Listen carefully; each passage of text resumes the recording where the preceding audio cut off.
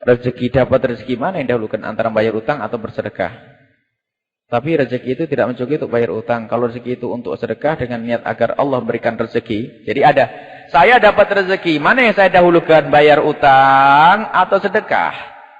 Tapi rezeki itu tidak mencukupi untuk bayar utang. Kalau rezeki itu untuk sedekah dengan niat agar Allah berikan rezeki lagi untuk bayar utang, dapat sedekah lagi bagaimana?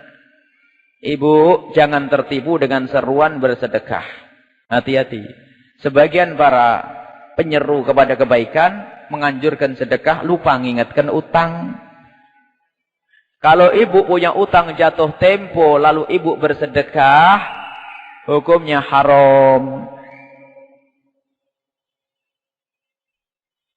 Nanti insya Allah dengan bersedekah akan dilipat gandakan nih. Enak aja ini.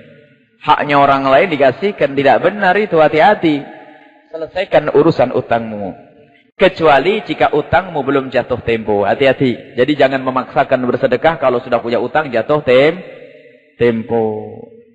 Tapi kan nanti dengan bersedekah itu akan dikabul oleh Allah. Saya bisa berdoa dikabul oleh Allah. Nanti saya dapat rezeki baru lagi bisa bayar utang. Sedekah yang dengan maksiat tidak akan dikabul oleh Allah. Haknya manusia tolong dipenuhi ini. Kita sering mendengar ada orang menyeru sedekah. Saya berpikir, innalillah. Ini bermasalah, haram. Maka dahulukan bayar utang, urusan dengan manusia. Layul wajidi yuhillu irdahu wa uqubatahu. Menunda-nunda pembayaran hutang itu dosa gede minal kabair. Kalau sampai mati tidak disalati oleh Rasulullah sallallahu alaihi wasallam. Urusan utang, hati-hati. Sedekah mau apa? Mau dapat pahala. Bayar utang lebih gede pahalanya dari sedekah. Ayo, bohong itu. Biasanya hanya pengen disanjung saja, sudah tahu utangnya menumpuk. Harus dijelaskan seperti ini. Bangun pondok gimana punya? Sama bangun pondok sama yang lain juga tidak boleh. Ini ada kepentingan pribadi nih. Kalau kiainya mau kalau ke pondok tidak apa-apa. Enggak sama. Semoga yang punya utang segera bisa membayar utangnya semuanya. Amin. Baru setelah nanti beres gak punya utang, baru bantu ke pondok. Bersih yang diberikan. Tapi yang dimaksud di utang di sini adalah utang jatuh tempo. Kalau orang utangnya belum jatuh tempo, boleh kita sedekah. Misalnya, saya punya utang 100 juta. Tapi kapan saya bayar? Hari raya nanti.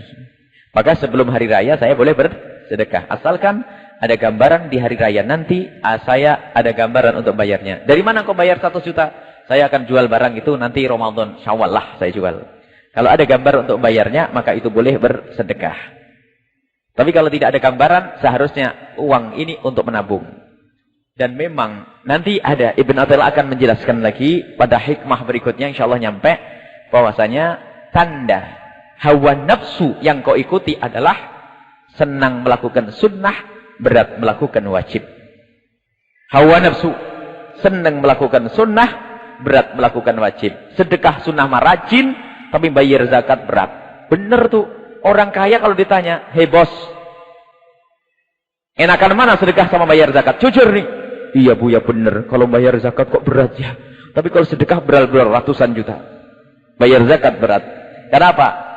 Sedekah sunnah, kalau sedekah yang fardu tidak dilakukan, tidak akan diterima oleh Allah Subhanahu wa ta'ala. Baik, ini saja. Ketahuilah, biar semuanya menyelesaikan urusan pribadinya. Dan tidak usah membantu kepada al-bahjah. Sama yang lain al-bahjah. Hakikat kebenaran semacam ini. Tidak usah ibu, kalau ibu bersedekah, nanti bakal digedekan oleh Allah rezekinya. Oh, punya utang, hati-hati. Ini ada sebagian orang menyeru kepada sedekah ini mungkin. Karena mungkin kalau kata Imam Ibn Athaillah dari Imam Ghazali. Qillatul ilm. Tidak ada ilmu. Sebab yang wajib ini dahulukan. Sedekah. Hutangnya belum dibayar. Zakatnya belum. Mau kemana? Tanyakan sedekah mau cari apa? Kalau ada orang berbuat baik kepada manusia. Cari imbalan dunia dikasih oleh Allah. Apakah yang anda cari dari sedekah itu adalah imbalan dunia? Rista anda. Hina. Anda bersedekah mencari pahala di hadapan Allah. Kalau ada orang berbuat baik di dunia hanya karena imbalan dunia, orang kafir dikasih oleh Allah. Maka dikatakan Imam Abu Dawud meriwayatkan satu riwayat dari Nabi. Kalau ada orang kafir itu bersedekah, maka akan dikasih imbalan oleh Allah. Tapi di dunia. Orang kafir. Masa kita sama orang kafir? Orang kafir itu bersedekah. Makanya kalau ada orang kafir itu membantu orang fakir, membantu yatim piatu, itu dinilai oleh Allah. Kapan dinilainya? Di dunia. Jadi akan menjadi sebab rezeki jadi gampangkan oleh Allah, bisnisnya semakin lancar. Ya, orang kafir tidak sujud, tidak kenal Allah, tidak kenal Nabi Muhammad, lalu bersedekah, Allah akan kasih imbalan tapi di dunia, bukan di akhirat. Di dunia. Makanya tidak mustahil kalau ada orang punya utang menumpuk lalu membayar, sedekah akan dimudahkan oleh Allah karena kebaikannya kepada manusia. Tapi tidak diterima oleh Allah di akhirat. Bahkan bisa dianggap sebagai maksiat, tapi urusan dunia. Sama dengan pangkatnya orang kafir tadi yang memusuhi Allah, yang tidak kenal Nabi Muhammad, membayar, kemudian setelah itu apa? Diberi oleh Allah. Jangan seperti itu wahai ibu, ini ilmu. Ilmu ya di sini loh ilmu.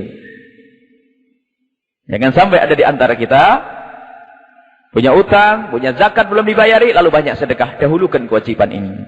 Dan kebenaran harus disampaikan. Keluarkan dari kepentingan pribadimu, kata guru kami Habib Abdullah bin Muhammad Bahrun, ukhruj min haddi nafsik. Keluarlah kamu dari kepentingan pribadimu itu. Pondok punya kepentingan, Bu. Insya Allah sedekah-sedekah, Bu. Biarpun punya utang, nanti insya Allah. Yang penting sedekah dulu ke pondok, Bu. Nanti akan diperbanyak rezekinya oleh Allah. Saya masuk neraka duluan ini. Bayari zakatnya dulu, Bu. Bayari utangnya dulu. Baru bantu kau pondok. Ini keluar hawa. Ini saja, semoga Allah mengampuni kita semuanya.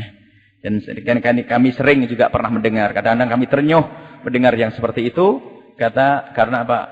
Itu kata Imam Ibn Al-Iskandari termasuk bentuk daripada hawa nafsu. Dan betul, Bu, sedekah sunnah itu mudah, tapi bayar zakat itu berat. Ya, betul kan? Coba tanyakan kepada orang-orang kaya itu.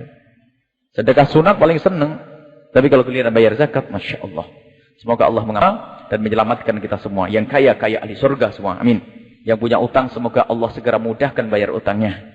Yang fakir menjadi orang yang kaya, sehingga menjadi orang surga, sehingga bisa beribadah dengan kekayaannya, semakin dekat kepada Allah Subhanahu wa Ta'ala.